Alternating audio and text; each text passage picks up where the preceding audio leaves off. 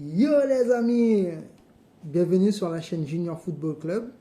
Donc aujourd'hui on se retrouve pour parler d'un sujet qui fait zager toutes les lèvres, qui sont toutes les lèvres. Donc c'est la blessure de Kylian Mbappé lors du match du Real Madrid contre le Valladolid. Donc cette blessure qui est située à la jambe gauche soulève beaucoup de questions et qui pourrait avoir aussi des grandes conséquences importantes pour le club quand même. Donc restez avec moi, on va parler tout ça plus en détail. Donc pour ceux qui n'étaient pas au courant, mardi 24, le Real Madrid a joué contre le Real Valladolid et qui s'est imposé sur un score de 4-1 et Mbappé a marqué un très très joli but, hein. Donc on voit très bien la connexion entre Bellingham et Mbappé. Mbappé s'est baissé à la cuisse gauche lors du match. Il a dû quitter le terrain aux alentours de 80 minutes, donc sur blessure. Il a chuchoté cela à Carlos Ancelotti. Donc selon les premiers résultats médicaux, donc il pourrait être absent environ 4 à 5 semaines, une estimation. Donc c'est vraiment un coup dur pour le Real Madrid, hein, qui était vraiment lancé. Donc n'oublions pas que Mbappé, c'était au moins un but par match quand même, et dont 3 ou 4 sur penalty si je ne me trompe pas bien. Donc c'était vraiment bien parti pour le Real. Donc en ce moment, la situation est très préoccupante. Donc, et du coup, ça explose si vous voyez bien les journaux. Donc, cette blessure arrive dans un moment vraiment très crucial pour le Real Madrid. Notamment, il y aura beaucoup de matchs qui est très important, dont celle de dimanche contre l'Atlético. Donc là, cette absence pourrait vraiment se faire sentir.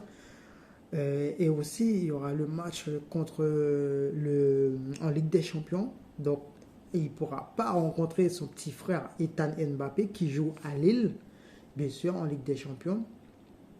Les supporters sont vraiment très, très inquiets, hein. Donc, là, comment la manière que l'équipe va devoir s'adapter sans Kylian Mbappé quand même. Parce que là, il y a eu un jeu avec Kylian Mbappé et maintenant il y aura un jeu sans Kylian Mbappé. Donc, quelles seront les dispositions de Carlos Ancelotti? Est-ce qu'il va passer, je pense que c'est aussi l'occasion qu'il peut passer en 4-4-2. Donc, c'était cette formation-là qu'il y avait l'année dernière. Et maintenant, il y a Mbappé. Donc, et Carlos Ancelotti, il joue avec 3 attaquants, donc 3 milieux et 4 défenseurs. Donc sur les réseaux sociaux, il y a eu beaucoup d'interactions, hein. Donc la presse a été très très enflammée. Les fans expriment leurs inquiétudes vraiment pour le Real Madrid parce que là on a des matchs qui est vraiment très important parce que là, ce match-là, contre l'Atlético, là, je peux dire qu'on joue vraiment sur la saison, en fait. Donc, s'il y a match nul ou sinon le Real Madrid perd contre l'Atlético, on peut dire que la saison, le championnat est perdu. Donc là, c'est un match qui est vraiment crucial et très important. Donc voilà, donc il faudrait que quand même la FIFA puisse faire quelque chose parce que là, il y a trop de matchs. Les joueurs n'arrivent plus à assurer en fait. Parce que le Real Madrid actuellement là, il joue, c'est 3 matchs quand même par semaine. Je trouve que c'est beaucoup et c'est très pesant quand même. Parce que n'oublions pas que le corps des joueurs, c'est leur outil de travail. Et à force d'épuiser, ben, en gros, ça se casse et ça se fatigue.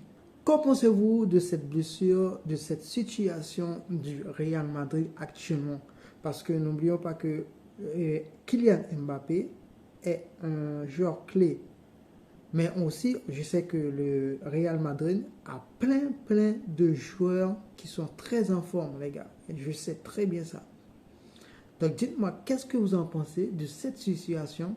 Et est-ce que vous pensez que la blessure de Kylian Mbappé va impacter les futurs matchs du Real Madrid? Est-ce que vous pensez que ça va impacter?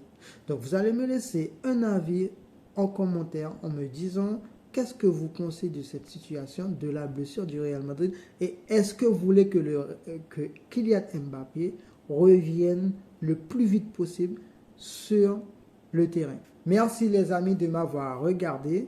On se dit à très bientôt, et si vous avez aimé cette vidéo, n'oubliez pas de partager, de liker, de laisser un pouce bleu surtout, hein, et de vous abonner s'il vous plaît, afin qu'on grandisse ensemble et que YouTube puisse voir que la vidéo c'est une très bonne vidéo et que je sois référencé.